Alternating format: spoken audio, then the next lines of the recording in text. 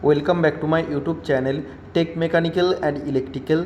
ISRO space application centre SAC Ahmedabad की तरफ से फिटर पोस्ट के लिए रिक्रूटमेंट पब्लिश हुआ था। इसका सीबीटी एग्जामिनेशन 28 मार्च 2025 कंडक्ट हो गया है। अभी तक इसका आंसर की पब्लिश नहीं हुआ है। तो एग्जामिनेशन कंडक्ट होने के बाद आप सभी स्टूडेंट का रिक्वेस्ट आ रहा था, सर इसका memory based question paper discuss कर दीजिए ताकि हम लोग को एटलीस्ट अप्रॉक्स आइडिया लग सके कि कितना मार्क्स हम लोग राइट आंसर किए हैं और कौन सा क्वेश्चन हम लोग का गलत हुआ है। देखिए, मेमोरी बेस्ड क्वेश्चन पेपर मैं तभी बनाता हूँ जब हमें लगभग 80% क्वेश्चन मिल जाता है। तो आज इस पेपर में 80 क्वेश्चन में से लगभग आपको 75 क्वेश्चन मिल जाएगा। मतलब आपको बता दूंगा कि क्या क्या क्वेश्चन आपको पूछा गया था, इसीलिए वीडियो आप कंप्लीट देखिए। आपका जब ऑफिशियल आंसर की पब्लिश होगा उसका बाद आप पूरा 100% एकदम पेपर को देख के चेक कर सकते हैं, लेकिन अभी आप लोग एक अप्रॉक्सीमेट आइडिया लगा सकते हैं कि आपका लगभग कितने मार्क्स आने वाला है। ओके, देखिए एक क्वेश्चन आंसर डिस्कशन ओनली होगा, ज़्यादा इसमें क्वेश्चन के बारे में डिटेल में मैं सोल्यूशन नहीं देने वाला हूँ इसमें। ओके, फर्स्ट क्वेश्चन में आपको पूछा गया था AC welding transformer is use to. AC welding transformer जो एक स्टेप डाउन ट्रांसफार्मर होता है, इससे क्या होता है, ये आपका step down transformer high voltage को लो वोल्टेज करता है और लो करंट को हाई करंट में बदलता है। तो एसी वेल्डिंग ट्रांसफार्मर का यूज़ किया जाता है रिड्यूस वोल्टेज को कम करने के लिए और करंट को बढ़ाने के लिए। ओके, सेकेंड क्वेश्चन में आप लोग को पूछा गया था which of the following instrument is use to measure the surface roughness. निम्नलिखित में से कौन सा उपकरण या कौन सा इंस्ट्रूमेंट सरफेस रफनेस को मापने के लिए यूज़ किया जाता है। ऑप्शन में अगर प्रोफाइलोमीटर था तो बिल्कुल प्रोफाइलोमीटर राइट आंसर हो जाएगा। अगर ऑप्शन में डायल टेस्ट इंडिकेटर था तो डायल टेस्ट इंडिकेटर DTI तब आपका राइट आंसर हो जाएगा। हमें किसी ने भी ऑप्शन नहीं भेजा तो मैं अपना हिसाब से आंसर इसमें लिखा हूँ। SI unit of energy. SI unit of energy मतलब ऊर्जा की SI इकाई होता है जूल। देखिए, क्वेश्चन का सेंटेंस थोड़ा सा चेंज हो सकता है, लेकिन क्वेश्चन जो आपको पूछा गया था लगभग उसी के आसपास ही आपको क्वेश्चन मिल जाएगा। फोर्थ नंबर क्वेश्चन में आपको पूछा गया था 1 giga pascal is equal to dash kilo pascal. 1 giga pascal is equal to कितना किलो पास्कल होता है, 1 × 10⁶ किलो पास्कल होता है। मतलब एक के बाद 6 जीरो होता है। देखिए, फिफ्थ नंबर क्वेश्चन में एक स्टूडेंट ने ऐसे भेजा था sin² 30 + cos² 30 + tan² 30। देखिए, इसमें आपको सिर्फ मान पता होना चाहिए, इसका वैल्यू पता होना चाहिए। स्क्वायर से कोई मतलब नहीं है। वैल्यू जैसे sin 30 का वैल्यू होता है हाफ, cos 30 का वैल्यू होता है √3/2 और tan 45 का वैल्यू होता है 1। तो इस हिसाब से आप कैलकुलेशन कीजिए। जिस स्टूडेंट ने हमें भेजा ऐसे भेजा है, और एक स्टूडेंट ने दिखा रहा था कि sin² 30 cos² 30 और tan² 30 तीनों प्लस है। तो देखिए, स्क्वायर होगा तो आपको क्या करना है, आपको सिर्फ हाफ का स्क्वायर कर देना है, √3/2 का स्क्वायर कर देना है और 1 का स्क्वायर कर देना है। आप कैलकुलेशन कर सकते हैं, कैलकुलेशन किसी भी स्टूडेंट कर सकते हैं। हमें जिस तरह क्वेश्चन भेजा गया है उसी तरह मैं आप लोग के लिए डिस्कशन कर रहा हूँ। ऐसा मत बोलिएगा कि एग्जाम में ऐसा ऑप्शन नहीं था, हो सके कि आपको स्क्वायर में एग्जाम में पूछा गया है। ओके, हमें जितना इन्फॉर्मेशन मिला है मैं उतना ही आप लोग के लिए शेयर कर रहा हूँ। Go end of plug gauge is use to. Plug gauge का गो एंड क्या चेक करने के लिए व्यवहार किया जाता है, किसी भी होल का मिनिमम डायमीटर को चेक करने के लिए प्लग गेज का गो एंड यूज होता है। ओके, सेवेंथ नंबर क्वेश्चन आपको रिंग गेज के बारे में पूछा गया था, शायद थ्रेड रिंग गेज के बारे में पूछा गया था। तो थ्रेड रिंग गेज का गो साइड मैक्सिमम थ्रेड साइज को मेज़र करता है और थ्रेड रिंग गेज का नो गो साइड मिनिमम थ्रेड साइज को चेक करता है। Okay, next question number 8 frosting is. देखिए, फ्रॉस्टिंग एक डेकोरेशन प्रोसेस होता है। इसे हम लोग क्या करते हैं, इसे हम लोग पॉलिश्ड या स्क्रैप सरफेस पर हम लोग थोड़ा सा डेकोरेशन करते हैं ताकि सरफेस में ऑयल रुक सके। ठीक है। तो देखिए frosting is used as a way of increasing oil retention on scraped और पॉलिश्ड सरफेस। किसी स्क्रैप किया हुआ सरफेस या किसी पॉलिश किया हुआ सरफेस पर ऐसे इस तरह से डेकोरेशन किया जाता है ताकि उस सरफेस में ऑयल रुक सके। तो ये जो प्रोसेस होता है डेकोरेशन प्रोसेस को हम लोग फ्रॉस्टिंग कहते हैं। इसके लिए हम लोग कौन सा इंस्ट्रूमेंट यूज़ करते हैं? हुक स्क्रैपर यूज़ करते हैं। ओके, तो क्वेश्चन आपको इस तरह पूछा गया था फ्रॉस्टिंग क्या होता है, तो शायद आंसर में हुक स्क्रैपर या स्क्रैपर कोई ऑप्शन में था, तो आपका स्क्रैपर राइट आंसर हो जाएगा। हम लोग हुक स्क्रैपर का यूज़ करके फ्रॉस्टिंग प्रोसेस करते हैं। 9 नंबर क्वेश्चन में पूछा गया था the unit of coefficient of friction is. Coefficient of friction mu is equal to होता है frictional force upon normal reaction, मतलब एफ अपन एन। ठीक है, तो देखिए ये भी फोर्स का ऊपर फोर्स है, नीचे भी आपका फोर्स है, तो दोनों फोर्स का यूनिट कटने के बाद क्या हो जाता है? कोएफिशिएंट ऑफ फ्रिक्शन का यूनिट नो यूनिट हो जाता है या यूनिट लेस हो जाता है। 10 नंबर क्वेश्चन में maximum limit and minimum limit based 3 question पूछा गया था। देखिए एग्जैक्टली क्या था वो भेजा नहीं था हमें, तो लेकिन इतना हमें आइडिया है कि मैक्सिमम लिमिट और मिनिमम लिमिट से 3 क्वेश्चन डायरेक्टली पूछा गया था। Okay, question number 11 which gear is use to transmit power at 90 degree.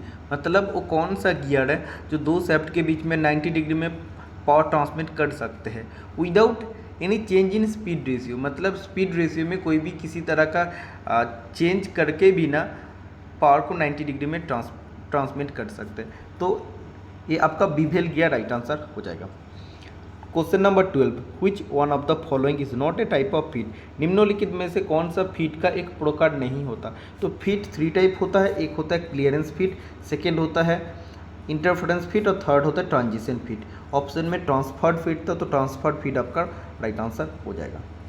Question number 13 what is the angle between the minute and hour hand at 10 AM। जब 10 AM होता है तो minute के कांटे और घंटे की कांटे के बीच के एंगल कितना होता है?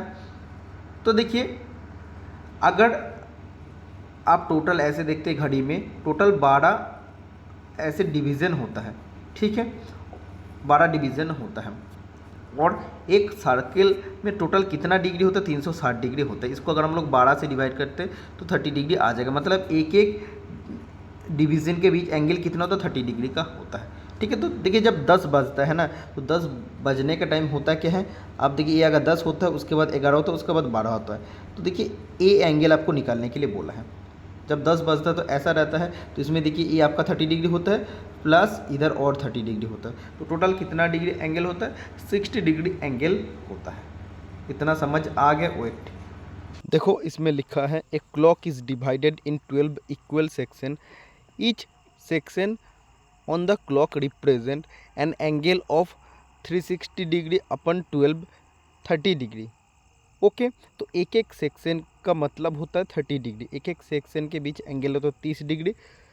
तो जब 10 बजते हैं तो उसमें 2 सेक्शन होता है, ठीक है, तो 2 section on the clock represent an angle of 30 degree into 2 60 degree right answer हो जाएगा इस क्वेश्चन का। Next question number 14 drill pilot is used for. Drill pilot किस लिए यूज़ किया जाता है? Guiding the drill to be concentric on the hole. जब हम लोग ड्रिल करते हैं तो उसी टाइम ड्रिल को गाइड करने के लिए और उसको होल के साथ प्रॉपरली कॉन्सेंट्रिक रखने के लिए ड्रिल पायलट का यूज़ किया जाता है। तो पायलट का काम ही होता है गाइड करना, तो ड्रिल को गाइड करने के लिए ड्रिल पायलट यूज़ किया जाता है। Next question which of the following is not A use of fixer. निम्नलिखित में से कौन सा फिक्सर का एक उपयोग नहीं होता है? तो देखिए फिक्सर एक ऐसा टूल होता है जिससे हम लोग वर्कपीस को लोकेट कर सकते हैं और क्लैम्प कर सकते हैं, लेकिन हम लोग कभी भी फिक्सर से कटिंग टूल को गाइड नहीं कर सकते। तो कटिंग टूल का ये फीचर नहीं होता है कि टूल को गाइड करना, तो ऑप्शन में जो भी था टू गाइड द टूल वो आपका राइट आंसर हो जाएगा। Question number 16 line measurement and an measurement tool related एक क्वेश्चन शायद आपको पूछा गया था। लाइन मेजरमेंट टूल होता है स्टील रूल या जो टेप होता है मेजरिंग टेप, वो आपका लाइन मेजरमेंट टूल होते हैं, और एन मेजरमेंट टूल होता है माइक्रोमीटर। ठीक है, तो ये इसी रिलेटेड एक क्वेश्चन आपको पूछा गया था। Next question number 17, 1 metre is equal to dash feet. तो 1 मीटर इज इक्वल टू कितना फीट होता है? 3.28 फीट होता है। क्वेश्चन नंबर 18 में पूछा गया था, in wire gauge the size from 0 to 36। Wire gauge का यूज़ किया जाता है वायर का डायमीटर चेक करने के लिए और सीट मेटल का डायमीटर चेक करने के लिए। तो देखिए, वायर गेज का रेंज होता है 0 to 36, तो इसमें 0 का साइज सबसे बड़ा होता है और 36 का साइज सबसे छोटा होता है। 0 से जितना आगे बढ़ता है 1 2 3 4 5 6 करते हुए 36 तक जितना आगे बढ़ता है साइज उतना डिक्रीज़ होता है। तो इसमें होता क्या है, in wire gauge the size from 0 to 36, इसमें होता है decreases the wire and sheet diameter. Sheet और वायर डायमीटर कम होता है जाता है। Okay, next question number 19, hammer pin and face is. Hammer का पिन और फेस में क्या किया जाता है? केस हार्डन किया जाता है। केस हार्डन मतलब उसके ऊपरी भाग को हम लोग सिर्फ हार्ड बनाते हैं, इसका डायरेक्ट हार्डनिंग हम लोग नहीं करते। अगर हम लोग डायरेक्ट हार्डनिंग करते फेस और पिन को, तो जब भी हम लोग इससे चोट लगाते हैं, जब भी हम लोग हैमरिंग करते हैं, ज़्यादा हार्ड होने के कारण उसका ब्रिटलनेस प्रॉपर्टी आ जाता है, तो हैमर फेस और पिन टूट सकता है। इसीलिए हम लोग हैमर फेस और पिन में सिर्फ केस हार्डनिंग करते हैं, आउटर सरफेस को हार्डन बनाते हैं। Okay, question number 20, area find out related. 3 question आपको पूछा गया था, एरिया आपको निकालने के लिए दिया गया था। 3 क्वेश्चन इससे एग्जैक्टली आपको पूछा गया था। 21 नंबर क्वेश्चन में आपको पूछा गया था, the ratio of self folding taper is. Self folding taper जो मोर्स टेपर होता है, इसका रेशियो कितना होता है? 1:20 होता है। Okay, question number 22, pinning of file. देखिए, पिनिंग ऑफ फाइल किस त्रुटि को हम लोग कहते हैं? The defect if the metal chips clogged between the teeth of the file. अगर फाइलिंग करते टाइम फाइल के टीथ के बीच मेटल पार्टिकल्स फंस जाता है, तो उसे हम लोग पिनिंग ऑफ फाइल कहते हैं। ठीक है, ये एक डिफेक्ट होता है, फाइलिंग का डिफेक्ट होता है, और इसको रिमूव करने के लिए और पिनिंग ऑफ फाइल को दूर करने के लिए फाइल कार्ड का यूज़ किया जाता है। क्या यूज़ किया जाता है? फाइल कार्ड का यूज़ किया जाता है। क्वेश्चन नंबर 23 में पूछा गया था, in between soldering and brazing. देखिए, सोल्डरिंग और ब्रेजिंग में से आपको पूछा था कि एक किस टाइप ऑफ जॉइंट होता है। तो ये आपका नॉन फ्यूजन जॉइंट होता है, मतलब इसके लिए बेस मेटल को पिघलाने का कोई ज़रूरत नहीं पड़ता।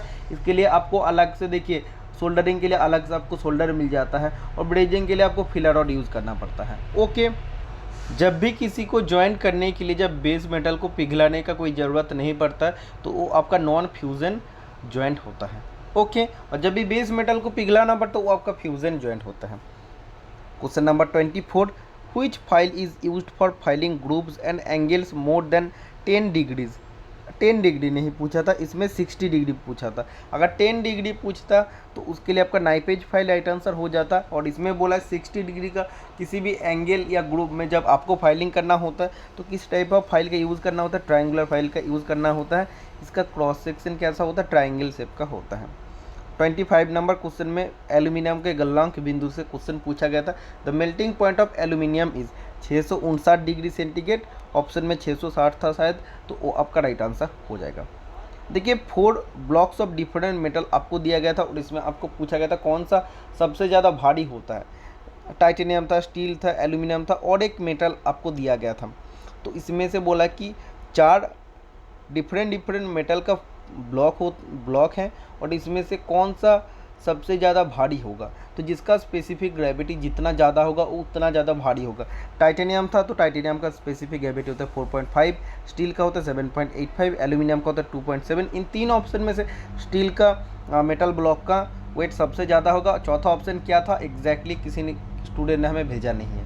ओके, नेक्स्ट क्वेश्चन नंबर 27, आपको एक जियोमेट्रिकल सिंबल से क्वेश्चन पूछा गया था।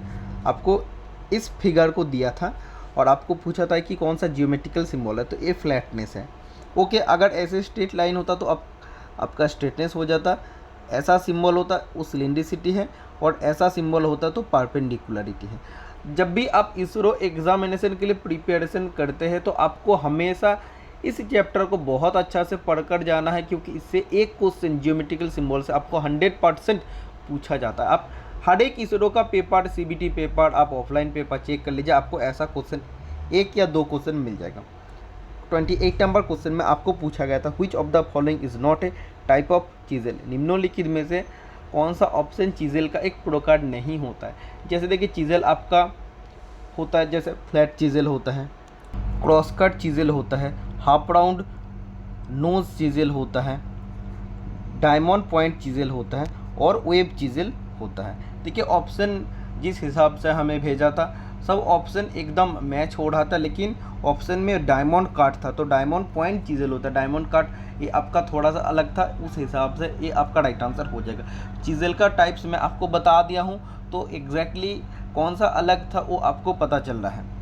29 नंबर क्वेश्चन में आपको पूछा था coefficient of friction is equal to, coefficient of friction is equal to होता है frictional force upon normal force, ये आपका होता है F अपन N, ठीक है, और इसका कोई भी यूनिट नहीं होता है। 30 नंबर क्वेश्चन में आपको पूछा गया था the list count of feeler gauge, FEELAR feeler gauge, इस गेज का बात करें जिससे हम लोग किसी भी मेटिंग पार्ट्स के बीच के गैप को चेक कर सकते हैं। तो फीलर गेज का लिस्ट काउंट होता है, मतलब न्यूनतम मान फीलर गेज से जो हम लोग चेक कर सकते हैं वो होता है 0.03 मिलीमीटर। ओके, और ये किसका 0.03 मिलीमीटर से 1 मिलीमीटर तक ये अवेलेबल होता है, और कितना स्टेप में ये होता है 0.01 मिलीमीटर का स्टेप में होता है। जैसे 0.03 मिलीमीटर का एक स्ट्रिप होता है, उसके बाद होता है 0.04, उसके बाद 0.05, मतलब सबके साथ 0.01 आपका ऐड होते चलता है। ओके, टैप ड्रिल साइज, इससे आपको 2 से 3 क्वेश्चन आपको पूछा गया था। जैसे आपको यूनिफाइड थ्रेड से कुछ क्वेश्चन पूछा गया था, जैसे उसमें टैप साइज 1/4 इंच था, थ्रेड पर इंच 20 था, उसमें टैप ड्रिल साइज पर इंच आपको पूछा था, तो उस हिसाब से उसका राइट आंसर हो जाएगा 7। ठीक है, इसका एक चार्ट होता है, चार्ट देखकर आप इसको पढ़ सकते हैं। चार्ट अगर आपको देखना है तो मैं आपको आगे जाकर दिखा देता हूँ। 33 नंबर क्वेश्चन में आपको लिमिट फिट टॉलरेंस से 3 MCQ पूछा गया था। ओके, बहुत अच्छा से आपको limit fit tolerance chapter complete करना है। और सभी स्टूडेंट को एक चीज़ मैं बता रहा हूँ, अप्रैल महीना में टेक मैकेनिकल एंड इलेक्ट्रिकल का बहुत मेहनत से बनाया हुआ इसरो या NPCL, आप किसी भी एग्जामिनेशन के लिए तैयारी कर रहे हैं उसके लिए आप लोगों का बेस्ट पेड कोर्स लॉन्च होने वाला है मेरा ऐप पर, Tech Mechanical and Electrical app पर, जिसमें मैं निम्मी थ्योरी को बहुत अच्छा से, हर एक चैप्टर को बहुत अच्छा से क्लियर किया हूँ। और कोर्स आपका लॉन्च होगा अप्रैल के मिड तक आपका लॉन्च हो जाएगा। एटलीस्ट जो भी स्टूडेंट फीटर कोर्स को बहुत अच्छा से पढ़ना चाहते हैं, फीटर में आपको अगर डीपली नॉलेज लेना है और किसी भी एग्जामिनेशन के लिए आपको बहुत अच्छा से प्रिपरेशन करना है, तो सबसे बेस्ट कोर्स आपको मेरा एप्लीकेशन से मिलेगा। और ये मैं 1 साल नहीं 2 साल से मेहनत कर रहा हूँ और कोर्स जाके मेरा 80% कंप्लीट हो गया। आज जो बाकी है वो मैं आपको कोर्स लॉन्च करने के बाद वो भी साथ साथ आप लोगों के लिए अपडेट कर दूंगा, वो भी मैं आप लोगों के लिए पढ़ा दूंगा।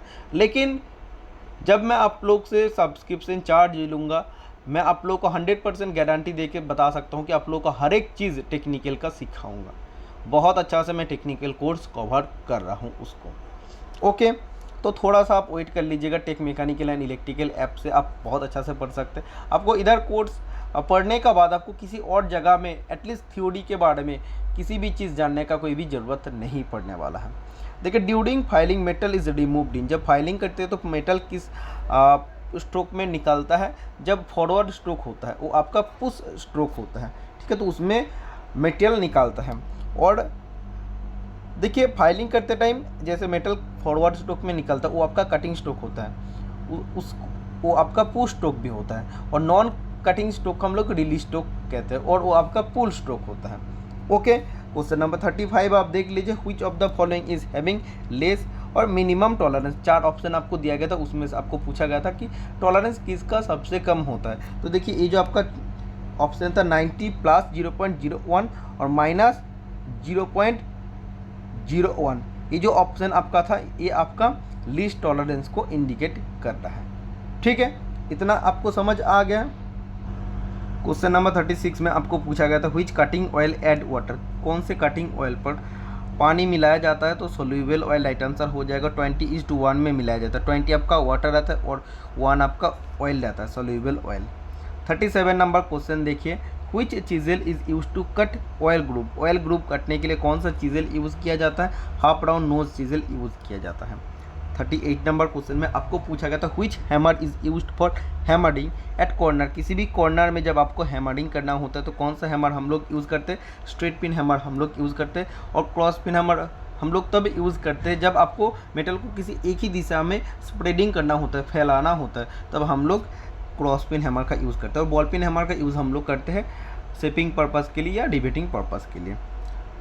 39 नंबर क्वेश्चन में आपको पूछा गया था if spot facing tool is not available which tool can also भी used in place of spot facing tool. देखिए किसी भी जगह में अगर स्पॉट फेसर टूल अवेलेबल नहीं होता है तो कौन सा टूल को हम लोग स्पॉट फेसिंग टूल के जगह में यूज़ कर सकते हैं, काउंटर बोर्ड टूल को हम लोग यूज़ कर सकते हैं।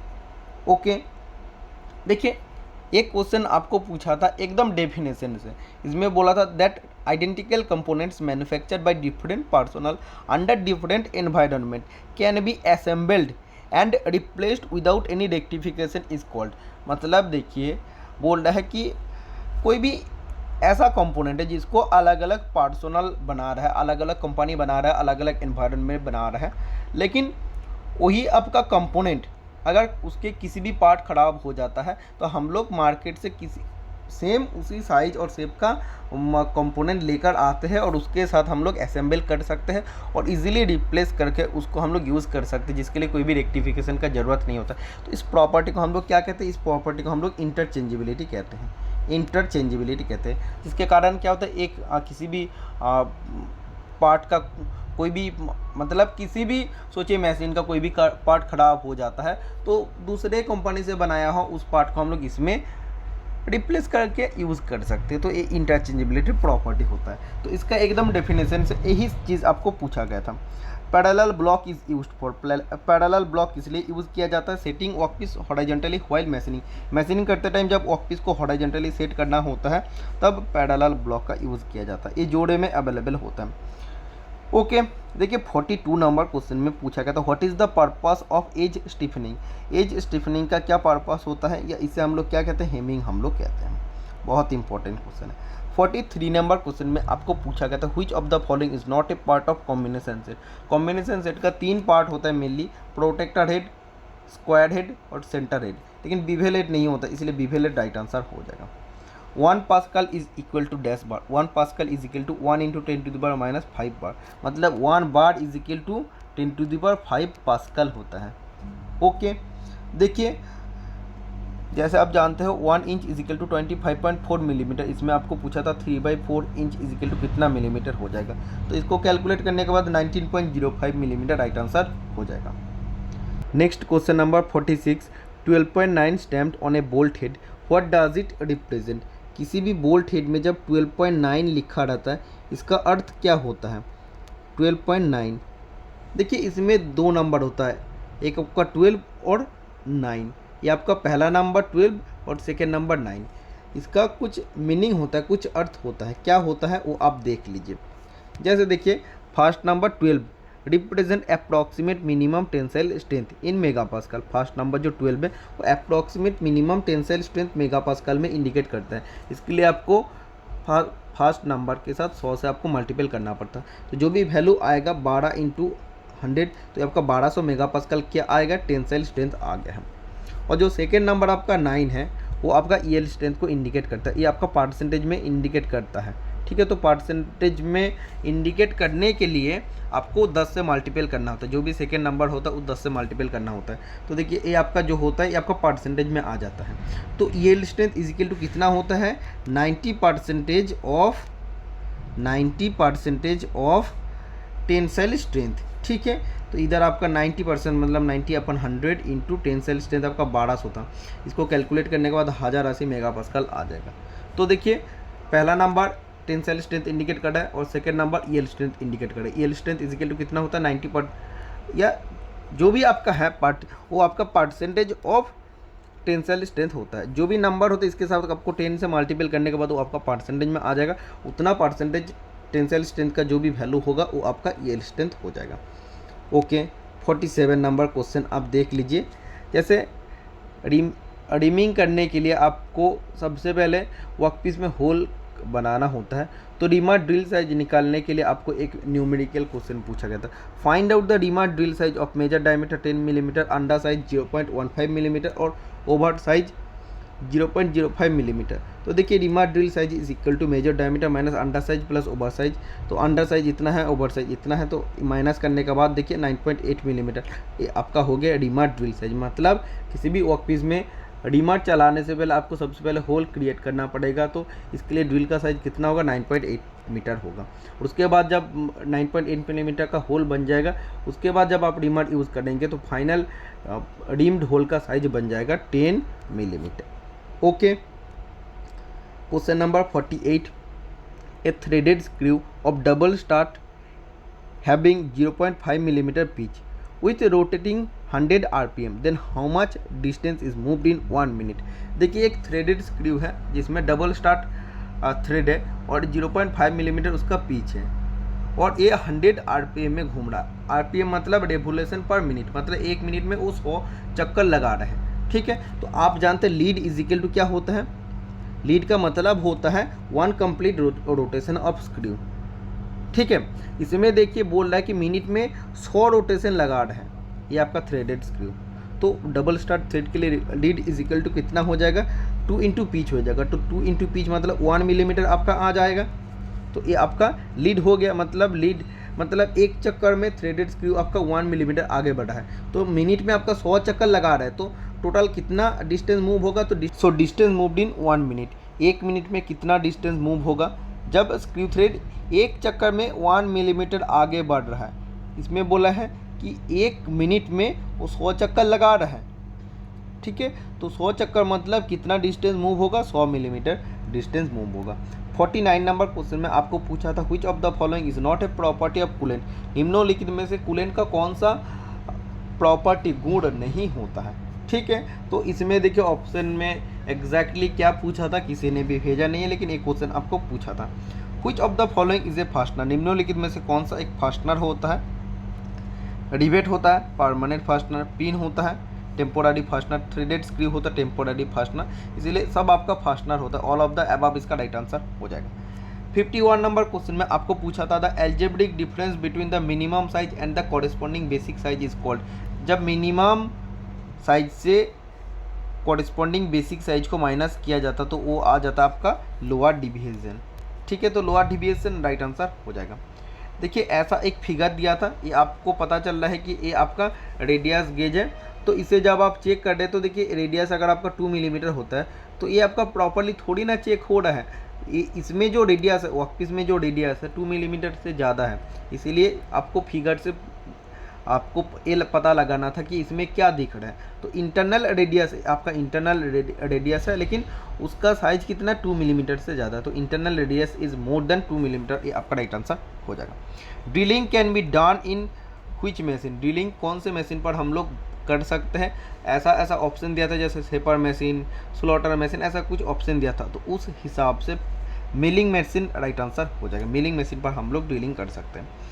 बेस्ट वायर मेथड रिलेटेड एक क्वेश्चन आपको पूछा था जिससे हम लोग क्या मेज़र कर सकते हैं, इफेक्टिव डायमीटर मतलब पिच डायमीटर थ्रेड का हम लोग मेज़र कर सकते हैं। 55 नंबर क्वेश्चन में आपको पूछा था the SI unit of pressure is. Pressure का एसआई यूनिट होता है पास्कल। देखिए ऐसा एक फिगर दिया था, हेक्सो का टीथ का एक फिगर दिया था और इसमें देखिए ये आपका इस डायरेक्शन को एक्स दिखाया था और ऐसे वाई आपको दिखाया था। आपको पूछा था कि कौन से स्ट्रोक में मेटल कटेगा। तो जो हेक्सो का फॉरवर्ड स्ट्रोक होता है वो आपका एक्स है, तो फॉरवर्ड स्ट्रोक में मेटल कटेगा, और जो बैकवर्ड स्ट्रोक होता है वो आपका रिलीफ स्ट्रोक होता है। ठीक है, तो इसमें एक्स आपका राइट आंसर हो जाएगा, एक स्ट्रोक में मेटल कटेगा। देखिए 57 नंबर क्वेश्चन में आपको पूछा था a semi circle of radius R is divided into 24 equal parts, then what is the area of one sector in that semi circle. एक अर्धवृत्त है, इसको टोटल 24 भागों में हम लोग डिवाइड किए जिसका रेडियस आर है। ठीक है, तो देखिए सेमी सर्कल का एरिया होता है पाई आर स्क्वायर बाई 2। ठीक है, इसको भी हम लोग 24 भागों में और डिवाइड कर दिए तो एक एक भाग का वैल्यू कितना हो जाएगा, पाई आर स्क्वायर अपॉन 48 हो जाएगा। 58 नंबर क्वेश्चन में पूछा था what is the capacity of litre cube tank 2 metre into 2 metre into 2 metre. एक क्यूब टैंक है जिसका capacity 2 metre into 2 metre into 2 metre, ठीक है। तो इसका लीटर में कितना कैपेसिटी हो जाएगा, वॉल्यूम आपका हो जाएगा लेंथ ब्रेथ इंटू हाइट, तो ये आपका हो जाएगा 8 मीटर क्यूब। तो आप जानते हो 1 cubic metre is equal to 1000 litre, तो 8 cubic metre is equal to हो जाएगा 8000 लीटर। तो देखिए इस क्यूब टैंक का कैपेसिटी कितना हो जाएगा, कैपेसिटी 8000 लीटर हो जाएगा। ओके, 59 नंबर क्वेश्चन में देखिए, जैसे मैं आपको पहले बोला एरिया निकालने के लिए 3 क्वेश्चन आपको पूछा गया है, उसमें से एक ये आपका था find out the area of triangle of side 5, 12 and 13। देखिए इसमें एक ट्राइंगल जो दिया है ये आपका स्केलन ट्राइंगल, मतलब विषमबाहु त्रिभुज को ये इंडिकेट कर रहा है, 5, 12 और ये अगर 13 होता साइड। तो इसके लिए देखिए इस ट्राइंगल का एरिया निकालने के लिए सबसे पहले इसका अर्ध परिसीमा निकालना पड़ेगा। तो एस इजिकल टू होता है आपका अर्ध परिसीमा, तो तीनों बाहु को ऐड करके 2 से डिवाइड करना है, तो ये आपका 15 हो जाएगा। विषमबाहु त्रिभुज का एरिया का फॉर्मूला होता है root over S into S minus A into S minus B into S minus C, S मतलब अर्ध परिसीमा, ठीक है। तो देखिए वैल्यू आपको पुट करना है 15 माइनस ए मतलब किसी एक बाहु को आप लिख दीजिए 5, एस माइनस बी मतलब इसी को आप ले लीजिए इस बाहु को, और एस माइनस सी मतलब इस बाहु को आप ले लीजिए, ठीक है। तो इसको कैलकुलेट करने के बाद ये आपका एरिया आ जाएगा 30 सेंटीमीटर स्क्वायर हो जाएगा, 30 सेंटीमीटर स्क्वायर, ठीक है। तो देखिए ये आपको 59 जो क्वेश्चन है 59 क्वेश्चन है, इसके साथ साथ देखिए सिंप्लीफिकेशन इस चैप्टर से आपको 2 से 3 क्वेश्चन पूछा गया था, लगभग देखा आपको मैक्सिमम क्वेश्चन बता दिया। अब जो क्वेश्चन आपको पेपर में पूछा गया था वो आपका फिगर बेस्ड क्वेश्चन था। जैसे स्टूडेंट बोल रहा है फिगर बेस्ड क्वेश्चन लगभग 15 क्वेश्चन आपको पूछा गया था, मिनिमम मैं आपको बता रहा हूँ 15 क्वेश्चन पेपर में आपको पूछा गया था। अभी मैं आपको फिगर बेस्ड क्वेश्चन जो भी हमें मिला है वो आप लोगों का साथ शेयर कर देता हूँ। जब आप किसी भी सीबीटी एग्जामिनेशन अटेम्प्ट करते हैं तो उसमें आपको फिगर बहुत अच्छा से पढ़कर जाना होता है। ऐसे एक फिगर आपको दिया गया था और आपको पूछा था कि कौन सा टाइप ऑफ गियर है, ये आपका हाइपॉइड गियर हो जाएगा। ओके, नेक्स्ट देखिए ये आपको सिंबल दिया गया था, तो ये कौन सा सिंबल है, तो देखिए ये आपका वार्निंग सिंबल है, ठीक है। और ये आपका रिस्क ऑफ इलेक्ट्रिक शॉक है। ओके, नेक्स्ट क्वेश्चन देखिए, ऐसा एक फाइल आपको दिया गया था और इस फाइल का नाम आपको पूछा था। आप जानते हैं इसमें डबल रो ऑफ टीथ है, मतलब ये आपका डबल कट फाइल है। नेक्स्ट आपको इस सरफेस गेज का फिगर दिया गया था, ये आपका नॉर्मल सरफेस गेज है जिसे हम लोग स्क्राइबिंग ब्लॉक या मार्किंग ब्लॉक कहते हैं। नेक्स्ट देखिए ऐसे आपको एक फिगर दिया था और इसका स्पीड पूछा था, तो देखिए इसमें आपका हाई स्पीड होगा, अगर ऊपर एक्स था, बीच में वाई था और नीचे आपका जेड था, तो ऊपर में सबसे ज़्यादा स्पीड होगा, उसके बाद मिडिल में उससे कम स्पीड होगा नीचे में। तो एग्जैक्टली किस टाइप ऑफ क्वेश्चन पूछा था आपको, स्पीड रेशियो वगैरह एक क्वेश्चन आपको इस फिगर से पूछा था। देखिए आपको टैप से दिया था क्वेश्चन, यही फिगर आपको दिया गया था और आपको पूछा था कि कौन सा फर्स्ट टैप, कौन सा सेकंड टैप और कौन सा थर्ड टैप। फर्स्ट टैप को हम लोग टैपर टैप, सेकंड टैप को हम लोग ऐसे इंटरमीडिएट टैप कहते हैं और थर्ड टैप को हम लोग बॉटमिंग टैप या प्लग टैप कहते हैं। तो देखिए जो आपका फर्स्ट टैप है उसका एंगल होता है tapered angle 4 degree, second tap intermediate tap का टैपर्ड एंगल होता है 10 डिग्री और थर्ड टैप का जो टैपर्ड एंगल होता है वो 20 डिग्री होता है। नेक्स्ट देखिए इसमें एक होल दिया गया है जिसमें हम लोग एक इनसाइड माइक्रोमीटर को एक्सटेंशन रॉड के साथ कनेक्ट करके इंटरनल डाया को हम लोग चेक कर रहे हैं। तो using N extended handle when measuring the board, ये आपका इनसाइड माइक्रोमीटर है। देखिए एक साइन बार का फिगर आपको दिया गया था और इसमें $2 के जो सेंटर टू सेंटर डिस्टेंस है वो साइन बार का साइज हो जाता है। और इसमें जो होल दिया जाता है साइन बार का वो किस लिए दिया जाता है, उसका भार को कम करने के लिए और ओवरऑल अगर इसका रीजन पूछे कि साइन बार को इजीली हैंडलिंग कर सकते हैं इसीलिए। देखिए ऐसे आपको एक लैपिंग प्लेट का फिगर दिया था और आपको पूछा था कि ये कौन सा फिगर है, ये आपका लैपिंग प्लेट है। नेक्स्ट देखिए आपको ऊपर में जो दिख रहा है, जो एरो में दिख रहा है, ऐसा एक सिंबल दिया था, तो ये आपका हो जाएगा वेट, ये आपका हो जाएगा counter sinking symbol, counter sinking symbol ये आपका हो जाएगा। ओके, नेक्स्ट आपको डी इंगेज से क्वेश्चन पूछा था, ये आपका गो डी इंगेज और ये आपका नो गो डी इंगेज, इससे क्वेश्चन आपको पूछा था। तो देखिए यही सब फिगर से क्वेश्चन पूछा था, और भी कुछ फिगर था जो हमें नहीं मिल पाया है, लेकिन इतना ही मैं आप लोग के लिए कलेक्ट कर पाया। लगभग 70 प्लस से ज़्यादा क्वेश्चन मैं डिस्कशन कर दिया हूँ। जो जैसे मैं लिमिट फिट टॉलरेंस से 3 क्वेश्चन बोला, सिंप्लीफिकेशन से जैसे मैं आप लोग को बोला कि सिंप्लीफिकेशन से 2-3 क्वेश्चन पूछा, तो ऐसे आप लोग अगर जोड़ते हैं तो लगभग आपको 70 प्लस क्वेश्चन आपको मिल जाता है। मेमोरी बेस्ड क्वेश्चन में इतना मिलना बहुत बड़ी बात है।